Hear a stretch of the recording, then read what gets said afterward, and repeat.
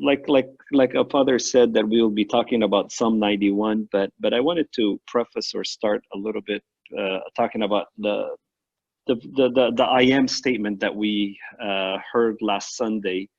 Um so we are, this is the Sundays in the holy, after in the holy 50 days, it's a lot of the I am statements.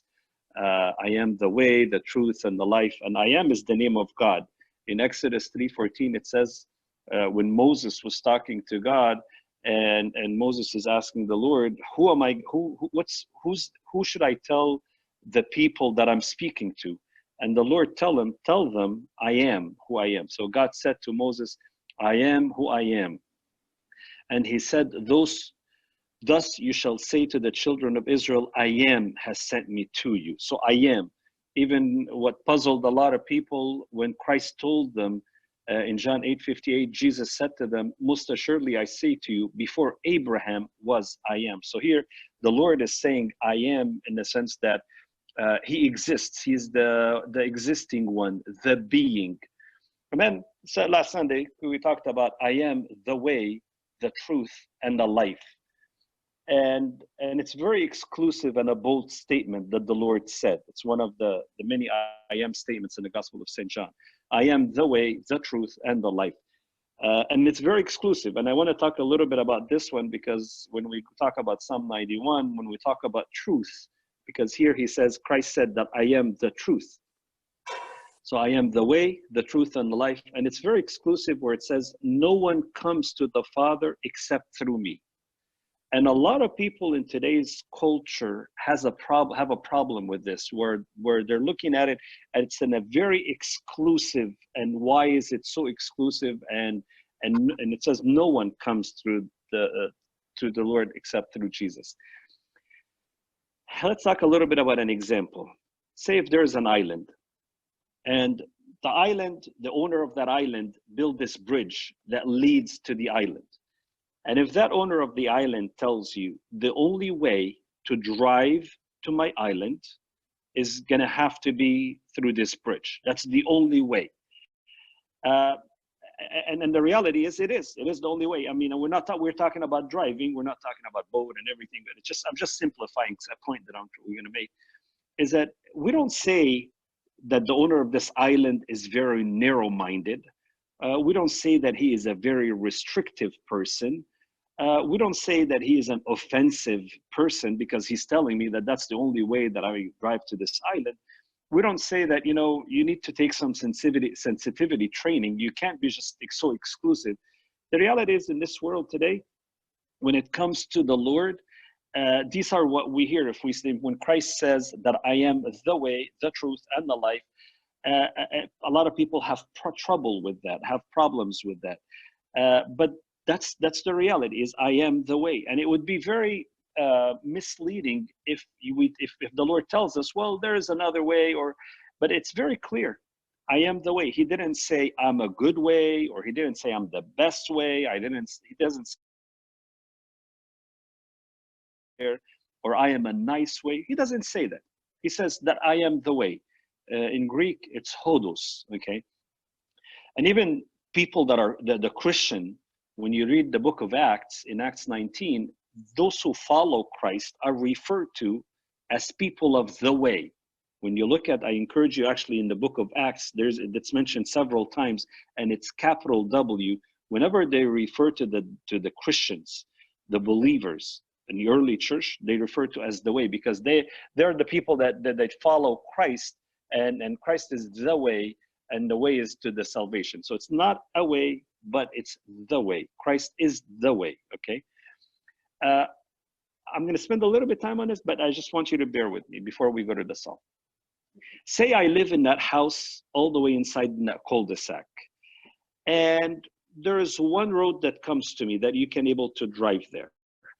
And I tell you, the only way to come to this house in that cul-de-sac, to drive in a road, not off-roading or anything, to drive in there, is you have to come in from this road. We don't say it's restrictive, because it's a free road. When is it that is restrictive? So here, it's an example of the Lord saying, I am the way. He's the only way. No man comes to the Father but me. But when is it restrictive? It's restrictive if in that one way to get to that inside house, I tell you there is a guard station and you have to pay a very exorbitant amount of money, and you have to do step 1, step 2, step 3, step 4, and you got to, that's when it becomes restrictive. That's when it's restrictive. But to the Lord, the way to the Lord is by belief, okay? And the reason I'm going to this is that because one of the things that the cultures, it's important to know the culture that we live in today. There's many types of cultures. And there's one of the cultures is called the theonomous culture. Theonomous meaning God's law. Theou means God. Onymous means law. So there are many cultures. So theonomous is a culture that is, driven or its moral value is brought from the Word of God. That's a theonomous culture. There is also a heteronymous culture. What's a heteronymous? Hetero is meaning another. Onymous meaning law. So another law. So what happens in a heteronymous culture is that usually the leaders decide the moral value of the culture, and they dictate that moral value on the people. I'll give you an example. You go to Saudi Arabia. Saudi Arabia, they have a group of people, either mullahs or leaders, and they dictate what is the moral law, and they expect everyone in that culture to follow that law. Like, for instance, how many women a man can marry. So they decide on what is moral and what's not, and they dictate on that. So that's a heteronymous culture. There is also an autonomous culture. Autonomous culture, basically, autonomy is self, okay? So self-law. And what is a self-law? Basically is each person dictates their own moral prerogative. And they dictate what's right and what's moral for them. And they cherry pick, one of the things that, so it's autonomous in the sense that what I believe is that's what I believe. You can't tell me that this is wrong. And what happens in an autonomous culture, there is no absolute truth. You cannot have absolute truth because then and in an autonomous culture, I can be speaking to someone may have a truth that can be completely opposite of my truth. And in an autonomous culture, I gotta accept that person's truth and I don't argue. That's how it is. And in a self-law culture, there is no truth. There is no absolute truth because everyone is left to dictate their own moral prerogative, okay? When you look at 2016, the word of the year, it was voted by Oxford Dictionary, and the word of the year was post-truth. And the reality is that we are living in a post-truth culture. What is post-truth is that in the sense that everyone is an autonomous culture, we cherry pick data and we come to whatever conclusion I desire. This is the goal I desire. For instance, if someone wants to cohabitate with someone they're not married, so they cherry pick what is truth, what's their moral value, and they say, well, this is the culture, and that's fine. So there's people that cherry pick data and come to whatever conclusion they desire, and whatever they feel they prefer, that's their truth. Okay. This is leading to our psalm, and the question for each one of us is that if I determine who is Jesus to me, and it's a very important question to ask yourself, who is Jesus to you? In Matthew 16:15, it even says this, but who do you say that I am?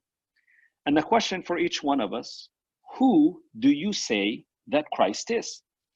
And depending on what you say Christ is, it's going to determine how you live. It's going to determine that in the sense that it doesn't matter if I live in a heteronymous or an autonomous culture, it doesn't matter. I am going to live a theonomous way of life, following God's rule. What do you say Jesus is? Because the way that you're going to answer Jesus, if Jesus is the way, if Jesus is the truth, if Jesus is the life to me, it doesn't matter if I live an autonomous or a heteronymous, I'm going to always be driven by a theonomous way of life. I follow God's rule. And this leads us to Psalm 90. And Psalm 90 is, when you look at Psalm 90, actually even Pope Carolus VI, blessed memory, that was one of his favorite psalms. Anyone comes to him with a problem, you will روح حبيبي صلي الساكن في حسن العلي, which he who dwells in the shelter of the Most High. And this is what we want to talk a little bit about today, Psalm 90. And it's ultimately, the whole idea that I wanted to introduce this is that we need to live in a theonomous way of life. We follow God's rule. And how am I going to live a theonomous way of life, but know what is God's commandments by reading scriptures? So Psalm 90, you probably hear sometimes it's referred to as Psalm 90, Psalm 91. Reality is it depends on which text that you use. There is the Septuagint text, which is Septuagint meaning 70. That's the Holy 70. That's when several hundred years before Christ, they translated the Old Testament from Hebrew to Greek. And they used 70 people, 70 holy men. And that's since then they refer to the Septuagint. And in the Septuagint, Psalm 9 and 10 are combined. So if you're following in the Septuagint, it's always going to be one less. So if you're reading, and we, by the way, in the Coptic Orthodox Church, we use the Septuagint. So in the Orthodox Church, you're going to refer to it as Psalm 90. But then in the Masoretic text, Psalm 9 and 10 are 9 and 10. And therefore, this Psalm is going to be actually referred to as Psalm 91. So there's really not a whole lot of difference. It's just basically which text that you use, either the Septuagint, the ones that was written, that was translated early on, or the Masoretic text, okay? Psalm 90, I'm going to refer to it as Psalm 90 from here on. We pray Psalm 90 every day in the 6th hour. It's the Psalm right before the last one. There's just some things that I need to kind of share with you before we dive into the Psalm, is that every benefit in that Psalm is contingent upon one condition. And what is the condition? Is that if you dwell in the shelter of the Most High, if you dwell in the shelter, because there's going to be a lot of benefits in there, but then every benefit in that Psalm is really contingent if you dwell in the shelter of the Most High. Somebody would say, well, does God allow suffering? Yes, God allows suffering. And then in the Psalm, we're going to talk a little bit about yes, God allows suffering, but he's with us in the midst of the suffering. Because one of the things that's going to say that, no evil will befall you. And someone will say, what are you talking about? Does that mean a Christian is not going to be encountering any evil? No, there is allowing suffering. I'm just giving you a preface before we dive in. But the thing is, to an Orthodox Christian that is living a theonomous way of life, God is able to use this suffering to build your character. God cares about our character much more than he cares about our comfort. Because in character, he's building a strong Christian that is, because in heaven, that's character. That's what's gonna, your spirit is gonna be, that's gonna continue forever. Our comfort is in the fact that God will be with us in this trouble. These are all preface. He sometimes may not deliver us from the danger, but the comforting thing in the Psalm that we're gonna learn, he's actually with us. He will be with us, and he will be there for us in that suffering, okay? First couple of verses, it's going to talk about the assurance of God, verses 3 to 8 and 11 to 3. It's going to be the way that God protects an Orthodox way of living, a theonomous way of living. 9, 10, and in basically an invitation to receive God's protection. And then the end, which is the 14 to 16, is the promise of protection from the Lord. So let's go to the Psalm. Anybody, if you have any questions, feel free to stop me and we can answer any question. But feel free. Don't feel like I have to wait till the end. So Psalm 90. It starts out by saying, "He who dwells in the help or in the shelter of the Most High." I always, it depends on which version you find help, shelter. He who dwells in the help of the Most High shall rest in the shelter of the Almighty. One of the things that you're going to find, remember, everything else is going to come after this, is all going to be hinging on where do you dwell. And what is dwell? Dwell is when someone takes a permanent residence, is occupied, is not a visitor.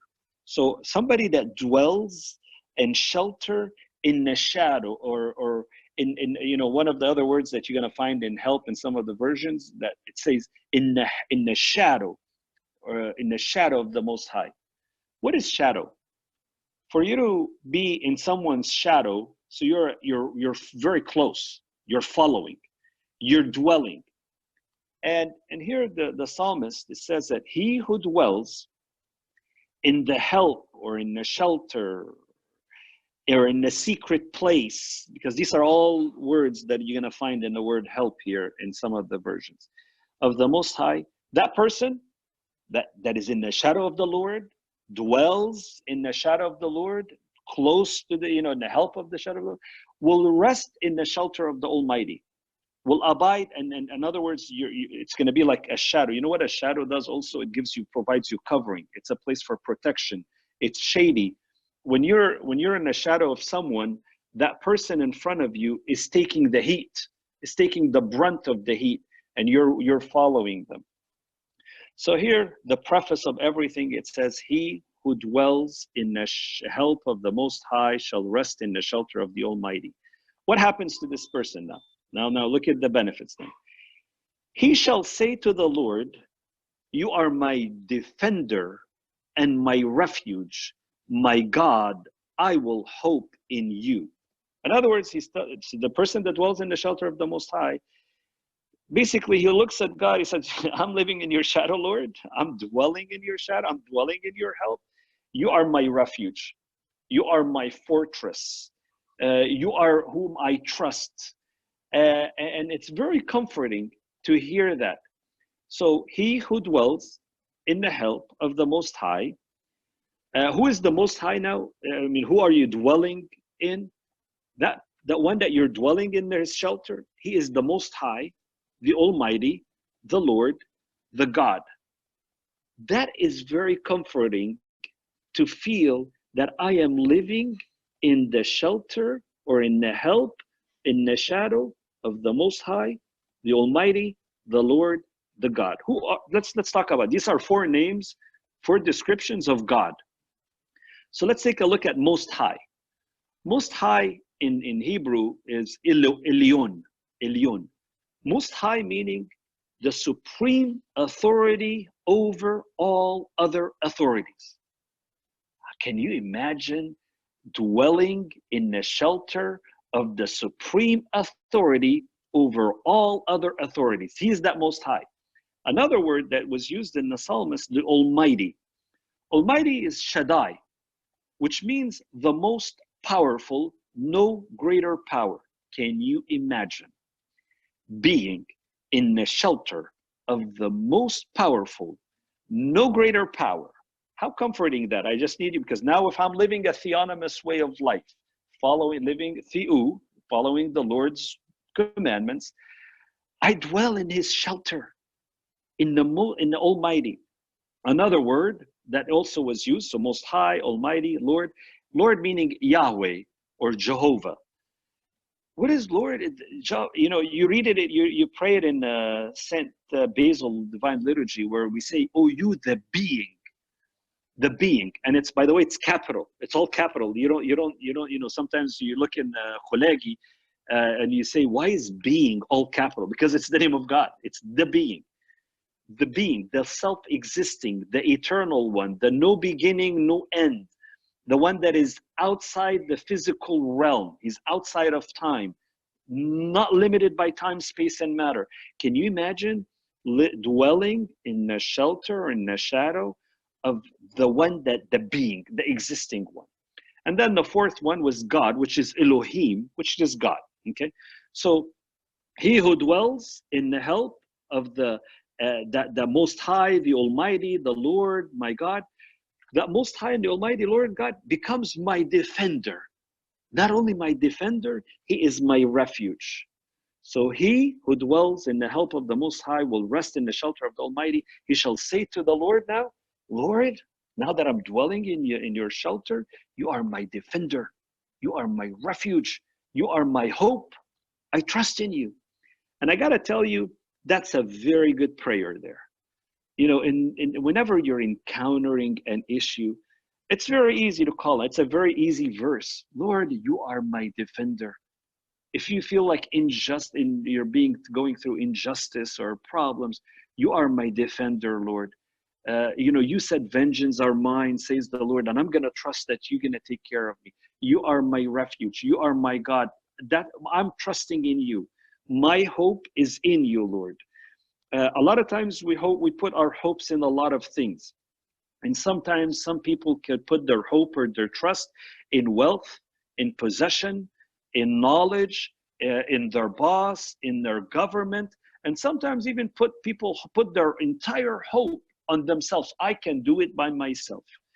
But here, when they're living a theonomous way of life, I'm putting my refuge, looking at my God as my defender. He is my refuge. He is my fortress, and I'm trusting in him. That's where my trust. And it's a very comforting thing that when I dwell in the shelter of the Most High, the highest power is backing me up. The Most High, the Almighty, the Lord, the God. You know, I was talking to someone about what's going on now in the financial markets, and we were just chatting, and someone was saying, when you put money in treasury bills, in treasury bonds or bills, something to that effect. I'm not really very big, but you're saying, no way it can fail because the United States government is backing that up. Can you imagine if somebody, the United States government, I mean, that's every empire goes up and down. It's not no empire live forever. But here, who's backing you up? The Most High, the Almighty, the Lord God, as long as I'm dwelling in the shelter of the Most High. Okay? Goes on in verse 3, it says, this person that dwells in the shelter of the Most High, he, God, shall deliver him, shall deliver you. For God, he shall deliver you from the snare of the hunter. The God, the Most High, the Almighty, the Lord, you dwelling in his shelter, he's able to deliver you from the snare of the hunter and from the troublesome matter. You know what's a snare of the hunter? A snare of a hunter is like a trap. It could be also looked at as a conspiracy. Sometimes there's trap. In a traps is usually you don't see. It's a hidden danger. When someone is trapping an animal, for instance, it's a hidden danger. And here, basically, the psalmist says that if you dwell in the shelter of the Most High, that God, the Most High, the Almighty, the Lord, the God, is able to deliver you from the hidden danger, from the snare of the hunter. And you need to also kind of remember who is our hunter. Our hunter is Satan. The Satan is the one that pins us down. We don't wrestle with flesh and blood, but we wrestle with principalities, and he's our hunter. And here it's saying that the Lord is able, when you dwell in the shelter of the Most High, he's able to deliver you from the troublesome matter. And actually in some of the translation, instead of troublesome matter, you're going to find deadly pestilence, some of the translation. So God is able to deliver us from hidden danger. And sometimes he does, and sometimes he chooses, well, maybe it's okay for someone to go through this danger because they'll come out with a strong character, but he doesn't abandon us. He's inside with us in that midst of the danger. So he shall deliver you from hidden danger. Another verse, he goes on and he goes deeper. That God that you dwell in his shelter, he shall overshadow you in the midst of his shoulder. In other words, he's going to cover you in his shoulder, with his shoulder. In some translation, you're going to find pinions or feathers. And what is this now? What does this mean that he's going to, shall overshadow you in the midst of the shoulders? I was reading once about a farm, a barn, in the midst of a farm, and this barn was burned, entered into a huge fire, and then the fire burned a lot of things in that barn. And then the owner of the barn comes in just to to kind of check up the damage. What is the damage? And as he's going inside that barn, he finds a chicken, and the chicken, the back of its feather, the top layer of the feather is all burned. Is all burned. But then it kind of it kind of stops a little, and he wants to check if this chicken is alive. So he taps on the chicken a little with a rod, and lo and behold, he finds live chicks that are in under that chicken. And what happened is that this chicken, knowing that her chicks are in danger, it covered it with its feathers to protect it, and ultimately it saved these chicks from this danger, from the fire. And here, that God that we dwell in the shelter of the Most, can you imagine if a chicken does this in a natural way to his chicks? And here he's saying that he will overshadow you in the midst of his shoulder, in the midst of his shoulder, in the midst of his feathers. In other words, he's protecting you. He's the shadow. In other words, you're in his shadow. So he shall cover you with his shoulders. And then it goes on and it says, and under his wings you will find refuge. In other words, because remember we said in the beginning, Lord, he who dwells in the shelter of the Most High, that man, that person that lives in the shelter of the Most High, he looks at his God as he's my refuge. And God is able to protect you, and he puts you under his wings. It says that under his wings you will find refuge. Can you imagine if a chicken is able to do that, how much more my God, who's sheltered that I'm in, is able to protect me? Okay. So it goes on and he says that his truth, look at that now, the word truth, okay? His truth shall encompass you as a shield. In other words, when I live a theonomous way of life and I follow truth, and I get my truth from scriptures, okay? That's my truth. That's my moral compass. That's what I get my moral value from. His truth shall encompass you as a shield. In other words, if I live my life according to the truth, according to the Lord's way of living, a theonomous way of life, all of a sudden that becomes a shelter to me. Let's take an example. Say you're in the financial field. I guess we're talking a lot about financial today. I'm not a finance, but I don't know why we're doing, but anyway, say you're in the financial field. And then maybe you got some information from insider traders. In other words, people that are telling you, hey, the stocks is going up or whatever. And these are some things that are in the news now, where some of the government officials knew about this COVID-19 and they pulled their money out of the stock market, and they're being investigated. No one knows if that's really how they were driven or not. But say you're in a company and they told you this stock is going to go up or it's going to go down, and you take action on that because that's illegal. You cannot do insider trading. But you, because you're an Orthodox believer and you live a theonomous way of life, you decide, nope, I'm not going to act on this because that is illegal, and that's not what God, not going to follow, do something. And then people in your work, they might follow that. And they say, you know what, you can live that type of way of life, but you know what, I'm going to invest like no tomorrow in that stock.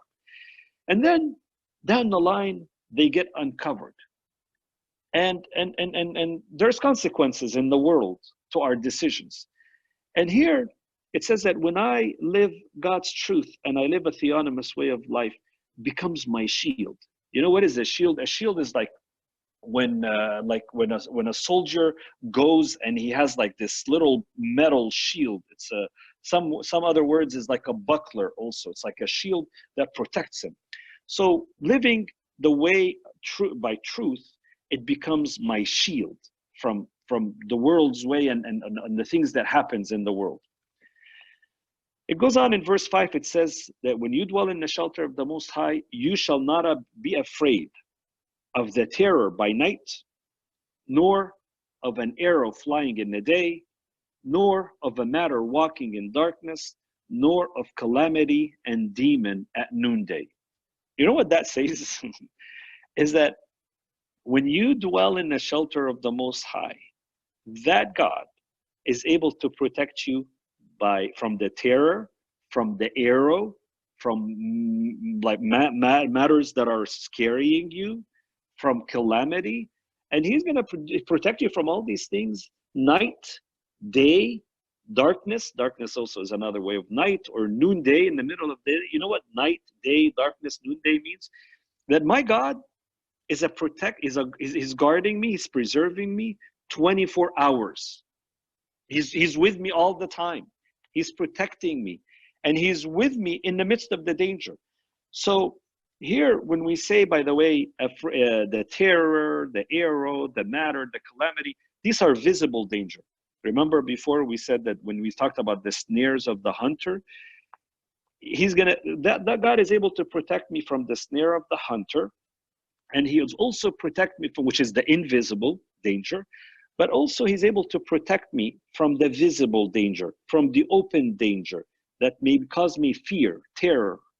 And here, that God that I dwell in His shelter, He is protecting, He is guarding me 24 hours. And God's protection. That doesn't mean that Satan is not going to try to tempt me and attack me, or trying to tempt me with things. These things will happen. But we'll talk a little bit about that. So God is able to protect me 24 hours from the terror, from the arrow flying by night, by day, from matter that are walking in darkness, from all calamities. Okay? And then look at what happens now. Now that I dwell in the Most High, God is able to protect me from the hidden danger, from visible danger. Look what happens. 1,000 may fall at your left hand, 10,000 at your right hand, but they shall not be able to come near you. In other words, because you live that theonomous way of life, those people that made the wrong decision with you at work, they will fall. Some will have, maybe when things find out, when someone lives an illegal way of life, they will fall. Some people, you'll hear, thousands may fall at your left hand, and your 10,000 at your right hand. But because you live a theonomous way of life, they shall not be able to come near you, in the sense that, if you're living in a way that following the theonomous way and the rule of God, people around you will fall. You'll see people that getting a jail sentence or whatever because they made wrong decisions, or a ticket because they didn't follow the law of the land. But you, because you live an autonomous way of life, He's able to protect you, and the danger will not come on you. Take a look at, for instance, Israel when they were leaving Egypt. When you look at Israelites when they were leaving Egypt, you will find in the book of Exodus there were 10 plagues. And I'm sure, as someone growing up in Sunday school, you heard about the 10 plagues. When you find what happened in some of these plagues, you're going to find that these plagues affected the Egyptians, but did not affect the Israelites, the children of the Lord. 1,000 may fall at your left, 10,000 may have the right, but they shall not be able to come near you. Let's take a look at for instance, when it came to these plagues, because Pharaoh did not want to leave the Israelites to leave Egypt, you'll find that the livestock of the Egyptians died, but not the livestock of the Israelites. You find that the crops of the Israelites were affected. The Egyptians' crops were affected, and the Israelites did not. You will find that when the angel of the Lord passed by the door right at that night of Passover, those who had the sign of the Lamb, the blood sprinkled on the door, the firstborn was saved. But then the one that is living next door, because they did not have the sign of the blood of the Lamb at the door, the firstborn died. And here, 1,000 may fall at your left hand, very close to you, 10,000. Even by the way, when you study these plagues, when it was in the hail, when the hail came down, you'll find that hail did not come down in Goshen, where the Israelites were living. And it's very interesting how God is able to protect. So here it says, 1,000 may fall at your left hand, 10,000 may your right hand, but they shall not be able to come near you. Why? Because you dwell in the shelter of Most High. You live a theonomous way of life.